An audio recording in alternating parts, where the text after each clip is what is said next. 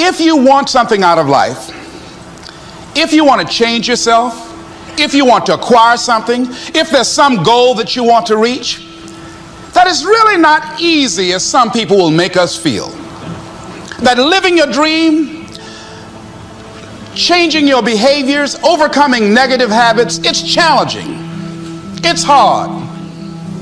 Most people go through life never discovering what their talents are. Most people never develop their talents. They have skills and abilities, but if you don't nurture them, if you don't develop them, they will never serve you. Your gifts can take you many places if you develop your gifts. Most of us don't like to do those things that come easy to us. I've always loved to talk to people. I decided, taking this advice, to develop my skills as a speaker. And my gift has developed and it's taken me many places. You have something that you brought to the universe, and that if you decide that my life deserves my developing this, what I do well, and becoming the best at it, and mastering myself, and seeing what I have within me, if you decide to drop your buckets where you are and develop your gifts, I grant you, you'll never ever be without. I grant you that your gifts will take you places that will literally amaze you. I grant you that if you begin to work to develop your gifts, you'll develop a strong sense of happiness. You'll get a larger vision of yourself, because part of beginning to get a larger vision of yourself, all of us need some area of our lives where we can have a feeling of competence. That people know when they think about this area, that's something you do. That you eat and sleep that, and that you do that, and people know it, and you know it, and you know that you know this. If you don't know anything else, you know this. Can you tell I know what I'm doing? Oh, hello. You know this. So you've got to work on it. When other folk are having a good time, you've got to have the strength of character to concentrate, to read, to digest information. If you decide in any particular area that you're concerned about to make a conscious, deliberate, determined effort to read one book a month in that area, in 5 years you'll be among the top 5% experts in the world. I read a minimum of 2 books a week. The average American reads only 1 book a year.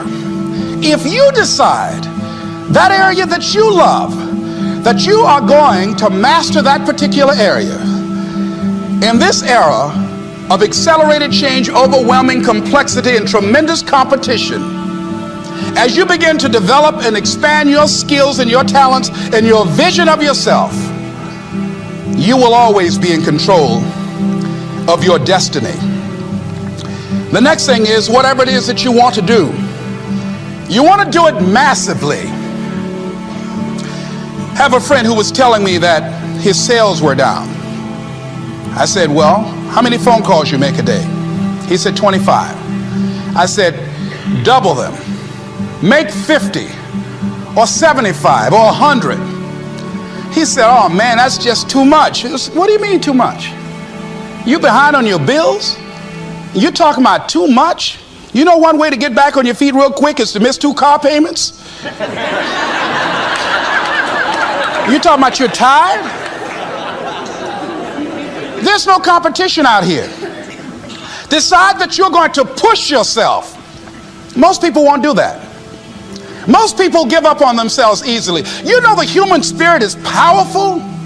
There's nothing as powerful. It's hard to kill the human spirit. They asked Benjamin Disraeli, a man who became the head of a country at a time when Jews were not allowed out after 10 o'clock. They said, how did you do it? How do you achieve it against such great odds?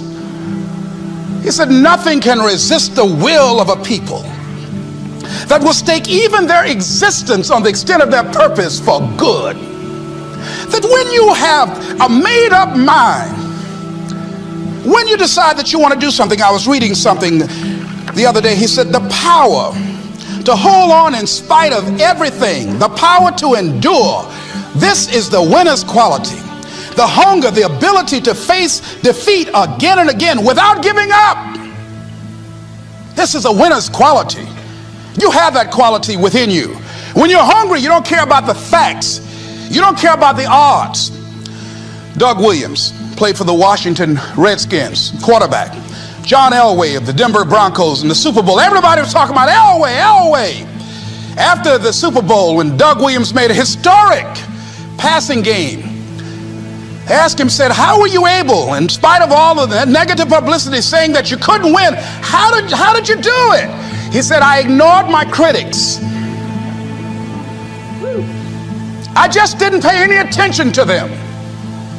I ignored myself because they kept on saying it so much. There were times I doubted whether or not I can do what I needed to do. There's a Doug Williams in everybody here. There's greatness in you. And you've got to learn how to tune out the critics outside and the critic inside. And says, I'm going to do this. I'm going to harness my will. And I'm not going to let anything stop me. I deserve this. I'm going to do it until. And this friend, I told him, said, start increasing your calls. I said, I make 100 calls a day. I got a callus in my ear. My ear's kind of dark. You can't see it, but it's there.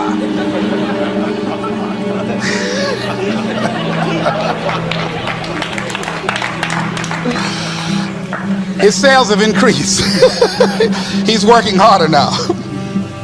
The other thing is that if you want something, you have got to be relentless. You've got to learn how to become resourceful. You've got to learn how to become creative. When crises strike in your life, and in the Chinese language, crisis means danger, but it also means opportunity. And this is an opportunity for you to grow.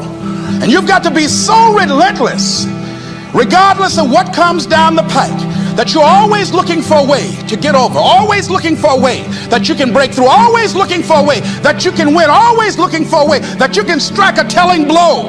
And pretty soon, I think there's some people watching us in the universe that say, wait, let's call a meeting over here. You know that guy Mustafa? Look at him down there. He won't stop. Just that fool don't know he can't get over. Look here. Why don't we do this? Let him go and let's mess with somebody else. Let him go on through.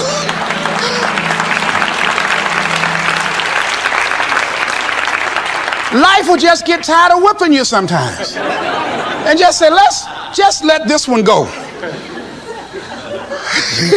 I believe this. Now, no one has told me this, but I just kept on kicking. I didn't have sense enough to stop. I was intelligently ignorant. I didn't know what I couldn't do. So I just tried anything. And the fascinating thing about life, because you can't get out of it alive, you might as well have a good time, you know? You might as well have a good time. Live your life with passion, with some drive. I was giving a seminar the other day, and I mentioned that I was going to do some training in August with some young teenagers and take about 100 away to a 2 or 3 day camp and wipe them out. Been working on this. So after the speech, one of the parents walked up to me and said, Mr. Brown, I'd like for you to do something for my son. He's not motivated.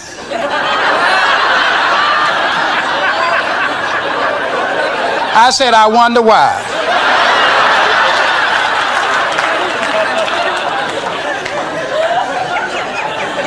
I wonder what's wrong with him. He had no fire whatsoever. See, what you do speak so loudly, folk can't hear what you're saying. And so if you don't have any fire, you've got to watch the people, the relationships that you develop. Have people of kindred mindsets. If you're around folk who are dead and negative all the time, they will affect you. You want people that are around you that have smiles on their faces, looking good. I was telling a group last week, Abraham Lincoln refused to hire a guy because of his face.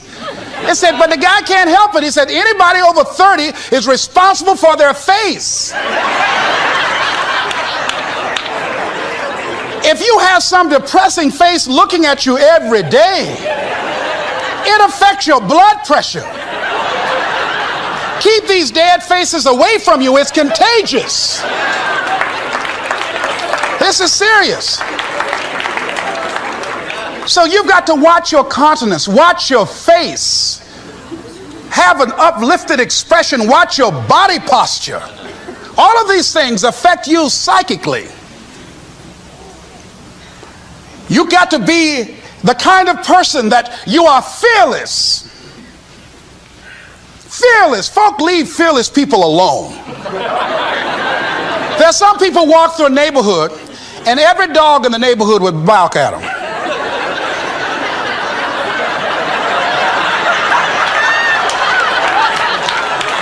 But there's some people come through and ain't nobody gonna mess with this.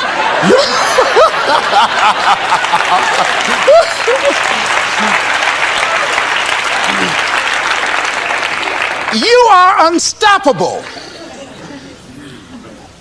And because you are unstoppable, because you've got power that you haven't even begun to use yet, you owe it to yourself to release your brakes. How many of you have the experience of pulling out of your driveway and you mashed on the accelerator and the car was just going, and couldn't move, and you mashed harder and it couldn't move, and then you discovered you had your emergency brakes on, and then you release those emergency brakes and it goes, choo! Have you ever had that experience before? Most of us go through life with our brakes on, holding back, not giving all that we have, not sharing all of ourselves. Most of us go to our graves still holding on rather than releasing it. What are some of those things that keep us from releasing it? Because of past experiences, past defeats, past pain. We look back, well, it didn't work out then. It probably won't work out now. Many people get confused their performances with who they are. I was reading Pat Riley, the coach of the Los Angeles Lakers.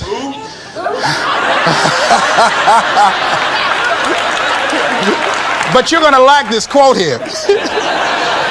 After the Trailblazers had blown them out of the water, and I'm sure he said this last night, they asked him, how do you feel? He said, tonight we were exposed for what we are right now.